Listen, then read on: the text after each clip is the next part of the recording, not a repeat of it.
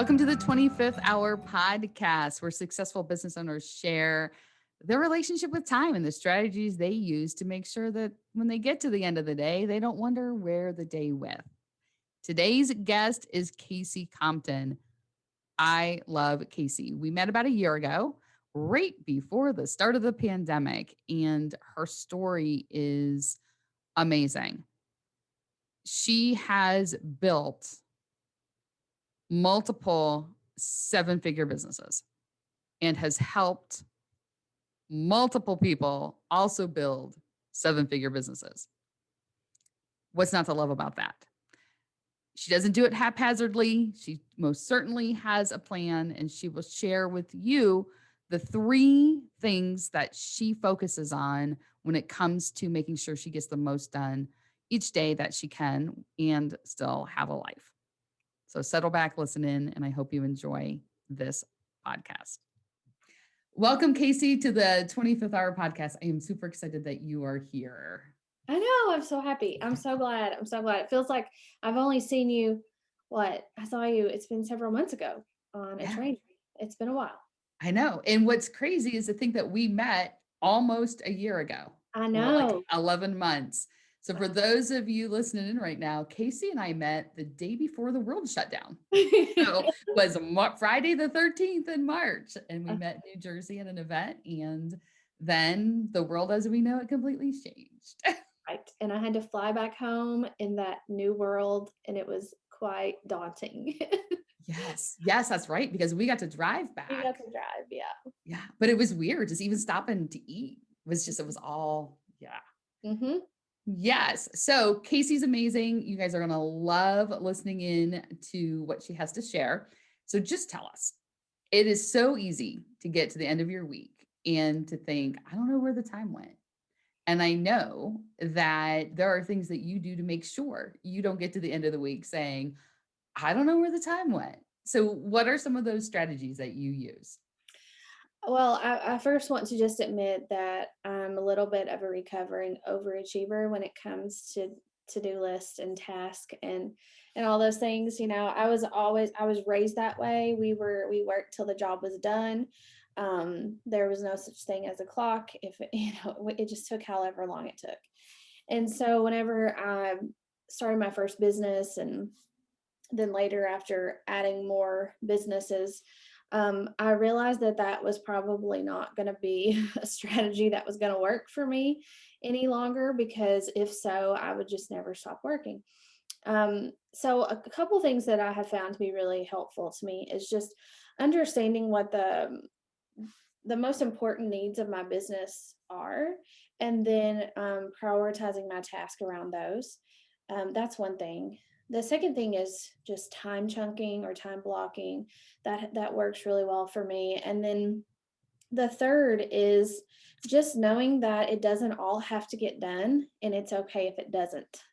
Just being able to accept the fact that it's not all going to get done. It's just sometimes it's not, and that's okay. And you just start over next week.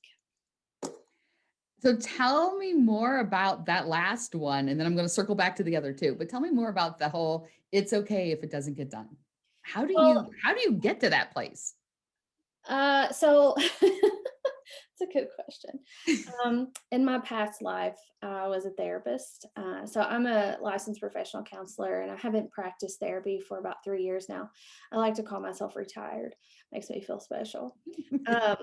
So, I have all of the knowledge. I know how to stop irrational thoughts. I know how to reframe. I know how to use mindfulness. I know all that stuff.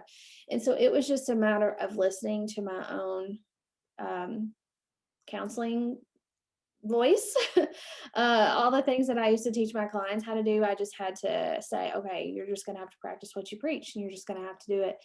And I think it really does tie back into that first one, though, because since I do prioritize my task in order of what is the most impactful need in my business, then I know that if I don't get to everything, the things that I don't get to really weren't that dire in the first place, or else I would have done them first. And so I think where people get stuck is the prioritization part of it, or knowing what to do or when to do it or what to do first. And so how did you start to figure out what were the most important pieces for you in your business? So I mean, I would consider myself a pretty uh I don't know what the best word to use. I mean, I was a good business person. I understand numbers, I know how that works. I get cash flow, I get profitability, I understand all those things. Um, and I ran a pretty large company. We had about 100 employees, and for about 5 years, and we always did really well. We had good margins. We had good operations. I love systems, so efficiency and order was important to me. And I'm not just saying this. I'm being dead serious. The moment that it clicked really was when I read Mike Michalowicz's book, Fix This Next. A lot of those things that he teaches in there I had already been doing, but, just to have a framework that is very quick to tell you this is how you know what the most impactful needs are. I think it's just what I needed at that time to say the foundational level of sales. So anything related to new leads, new hires, getting paid, anything that related to sales and money, that has to come first. Because that's the bloodline of my business, and I have to make sure that that's always, that's always clear. So that's when it happened, and then it's just kind of built beyond that. And let's talk a little bit about time blocking. So Mhm. we've touched on know your priorities and be able to let it go. And I love how you phrase that. If you know what's important, you do that first, and everything else is of secondary importance. And so you can let it go a lot easier. Mhm. So, how do you use time blocking? So this is something that I noticed, and I remember at some point I was listening to Donald Miller speak about something. I don't know what it was, but he told this story, and it just hit home to me. And he basically, this is a terrible rendition of his story, and so if he ever hears this, I'm going to be mortified. But he was basically comparing how you focus your attention and your time. And he said, imagine that you are a scuba diver and you're up near the surface of the water swimming around, and you need to go down to the bottom for whatever reason. So it takes a lot of energy and a lot of focus to get down to the bottom. And when you get down there, you can stay down there and you can get done what you need to do. But what if someone starts tapping on the water every few minutes and you think it's a shark or something? So you have to swim back up, and then you have to assess, okay, what do you need? And then you figure out, oh, it's not a shark, they were just shaking something off of the boat. So then you got to swim all the way back down to the bottom of the ocean. And then what happens is you end up taking so much time swimming up, assessing what's going on, making a decision, and swimming down, that you have less time to do what you need to do at the bottom of the ocean. And so in my brain, that equated to distractions. If I'm working on something, I don't know how a lot of people are, but let's say I'm working on typing, or I'm writing a story or an article, and over on the other side of my screen, I can see my email or I have my notifications on. If I'm typing, every time that email pings, if I switch over and check it, that is so much mental energy that we are using to switch tasks, and we are so less likely to get back into that story where we need to. It's just such a time suck. Um, so that's kind of how I use time blocking in that way.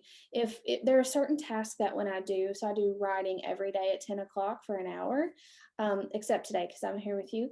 But during that hour, I don't check email. I don't look at my phone. I actually have to really try hard to eliminate those distractions. So that's kind of in a nutshell how I look at time blocking and how it helps me be more productive. And I'm excited that you chose to be here I during your writing hours. So thank you.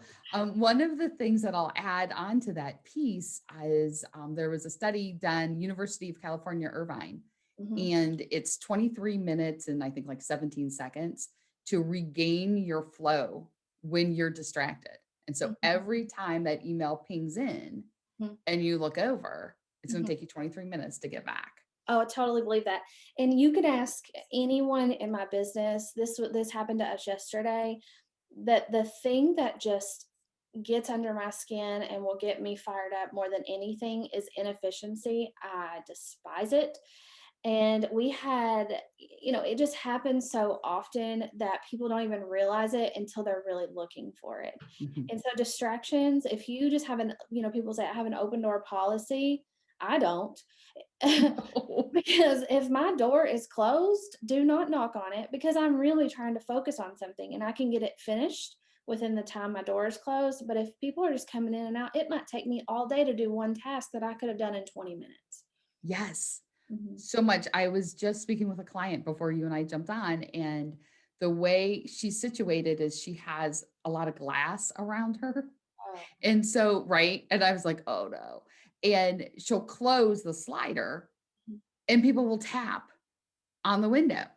And, so I was like, okay, we obviously have to come up with a better plan for this Yeah. because this you're never gonna get your stuff done. I think you know what it is, or I think it is I think that people think that in order to have better time management or productivity or anything related to this, it has to be this big, this big overarching thing. It has to be this big, but it's not. It's like little things. And she'll kill me for telling this story on a podcast, but that's exactly what happened yesterday. I was noticing one of our employees, I had my door open and every day I would notice her like walking past my office. And I thought, what is she doing? Because her office is, we have about, I think it's like 8,500 square foot building and she's way over there. And I thought, what is she doing?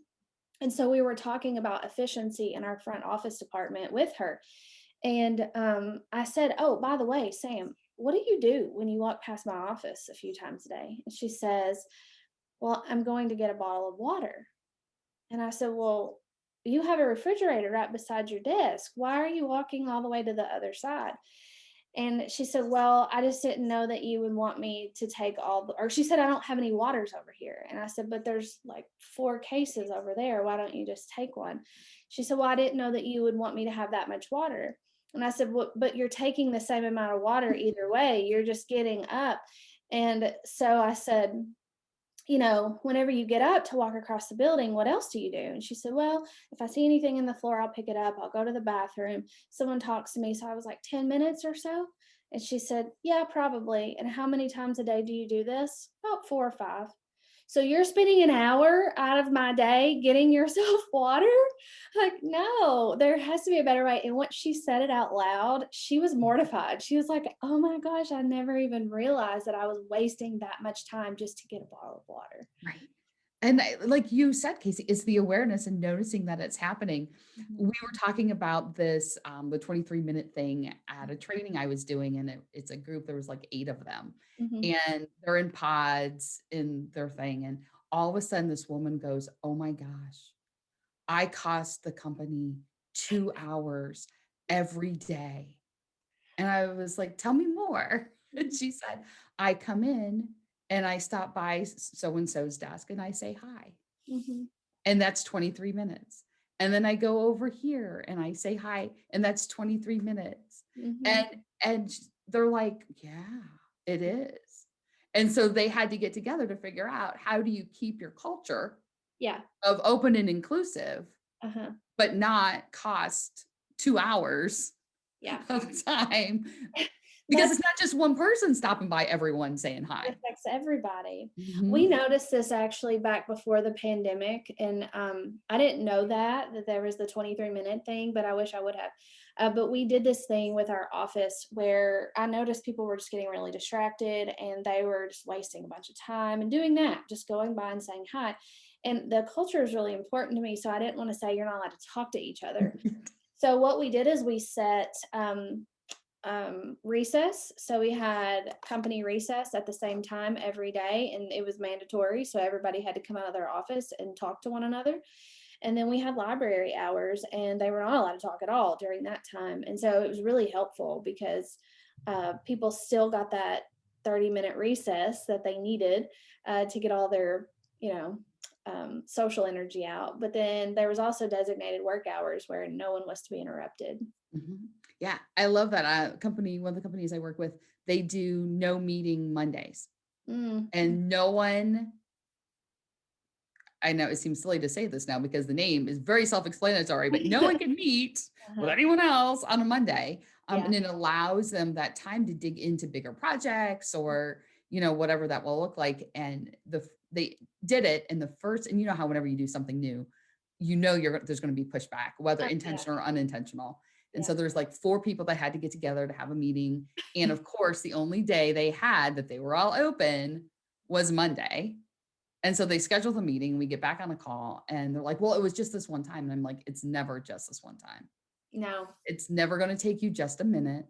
And it's never just this one time that you make an exception. So Mm-mm. we need a new plan, but meeting Monday needs to stay sacred. Yeah. Yeah. I love your story, your rendition of Donald Miller's story, Yeah. because Not my that's story. it's so much more colorful than being like, look, dude, it takes you 23 minutes Yeah. to get back. Like it's way better for, that story explains it so well. Mhm. Uh, so tell me more about your business. Well, which one? Yeah, Um, right. I know. It's like, so start wherever you want. it's really funny. So I have a mental health group practice, and we are in Kentucky. We are a specialty based practice. We have around 80 employees right now. Lost some with the pandemic and whatnot, but about 80 people. We've been around since 2015, and that's been a fun ride. And then that was kind of my first business, and from that, I learned a lot and started gaining some of that confidence that I really needed to go out and really be an entrepreneur. And so I started a consulting business where I worked with other people in the healthcare industry, helped to systemize and scale their practices. Um, then it just kind of happened that I started a commercial real estate company. I just buy real estate and then I lease it and do that. And then I have a hair salon right over here. I could see it as we're recording this. So I have a few businesses, and then I just recently wrote a book. So um yeah, I stay pretty busy, and it's hard to answer that question because Right. there's a few. Well, in the commercial real estate in the hair salon, I didn't even know about. I know, it's so random. Yeah. So tell me more about the book. So the book is a derivative of Mike's Fix This Next. It's Fix This Next for healthcare providers. And I felt like I had to write it. I mean, once I read his book and then once I spoke to him a little bit more in depth about it, I just felt like the healthcare industry it's needed with COVID and everything else going on and all of the fatigue and the trauma. And, the last thing that I want healthcare providers to have to worry about right now is how they're going to sustain their business, and they already struggle enough feeling that they're not good enough to run the business because they don't have an MBA, because they're just a therapist or just a chiropractor or just a dentist. So it felt like it was really important. And one of the concept that I use, there's two in the book, but one of them is all about time. And so I start out by talking about how we all feel like we're pulled in so many directions. And when we're with our family, we feel like we should be at working. And when we're working, we feel guilty for not being with our family. And we miss graduations and soccer games and dinner and all of these things. And we just have that internal battle of I just don't have time. I don't have time. And so that's one of the reasons why I wrote the book. And one of the reasons why I talk about that throughout the whole entire book is that you don't need all the time. You just need to know what to do in the time that you have. And so I think that was the biggest takeaway, honestly, for most people. I cannot wait until that comes out. So you said it's on pre-order now, and Hmm. then the launch date's in July. Yeah, And so it's pre-order. It's just pre-order through our website, so it's not listed on Amazon yet. It will be. I would say it'll be on Amazon around May, but yeah, it's coming. Feels like a baby, it's coming, but right, well, because you've been working on it yeah, about as long as if it right, were a baby. right, exactly. Goodness. All right. So let's switch gears a little bit to the 25th hour. Mhm. So, what is it that you like to do with that quote unquote extra hour that you can get each day? Mm. This is really a boring answer. I wish I had a better answer for you. I'm promise not to judge it, Kasey. Some- okay, so sometimes in that extra hour, everyone in my office leaves at 5, and I don't have to work from the office. I can work from anywhere, but I like to come in here and work because it keeps me focused. Um, but I like to just stay after everyone leaves, and I just leave all the lights off in my office, and I will make a cup of coffee or tea or sometimes bourbon, and I will just sit on the couch and do nothing. Just sit there and listen to the traffic. That's it. That sounds heavenly. It's really great. It does. It sounds like right now I'm like, oh, hot chocolate uh, on the couch. in front of this little fireplace. I don't know if you've ever seen any Mhm. of the pictures, but it's like this green tile, old, it's probably from the 20s or 30s. Just and there's no fire in it, but I just sit there and stare at it. And I'm just like, oh, this is so nice. And then I go home and it's chaos, Right, three dogs, right. 3 kids, everything's wild. Yeah, it's your opportunity to recharge Hmm. before entering the fray of the rest of your life. Yes, basically. Yeah, one of my clients is a therapist also and owns a practice, and she has a tree that is on her way home from the office to her house that Mhm. she will pull over by and just sit and look at Yeah. the tree. And when it's nice out, we're here in Ohio. So for a couple of months out of the year, she'll actually get out. And the rest of the time, she'll just sit there and she'll look. And she says it because her office and home are only like 5 miles apart. Oh, wow. And so she says she'll just go, recenter herself, Hmm. and then head back home. Hmm. I like that. I live right on the lake. And so, if my kids and husband and if everyone's gone, then that's what I'll do at home. I'll just go outside, sit on the porch by myself. Sometimes he'll come home and he'll say, "Do you want me to turn the TV on for you?" I'm like, "No. I just want you to be quiet. No, don't talk to me. I just need to not talk or not hear any kind of noise whatsoever." So I love that. Yeah, I love that. Yes, I can just see you there relaxing. Yeah. All right. If people, random people in the world, like this is so silly to have started it this way, but when people want to get a hold of you, what's the best way for them to contact you? I tell everybody it's through social media. So whether it's Facebook, Instagram, I'm on LinkedIn. Um, but any of those is really the best way. And it's the easiest way to find me too. Okay, perfect. And we'll put all your social info in the show notes. Yep. Thank you. Yeah. Thank you Thank you. so much for spending your writing hour Oh, with me today and sharing your strategies for success. And I cannot wait until your book launches. well, it's been fun and I love talking to you and I'm so glad we met. And I can't wait to see where you're going and how I can support you. And I'm just so excited to be on the podcast.